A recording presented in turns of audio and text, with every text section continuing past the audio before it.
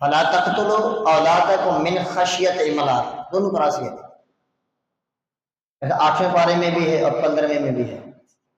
فرمایا، اور ایک حدیث میں بھی ہے، کریم آقا صلی اللہ علیہ وسلم نے فرمایا تم اپنی اولاد کو اس ڈر سے قتل کرو کہ وہ تمہارے ساتھ کھائے گی، تو فرمایا یہ کبیرہ گناہ ہے۔ یہ کیا ہے؟ کبیرہ گناہ ہے۔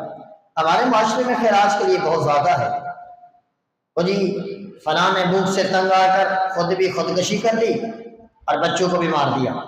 یہ کاہے کا اسلام ہے؟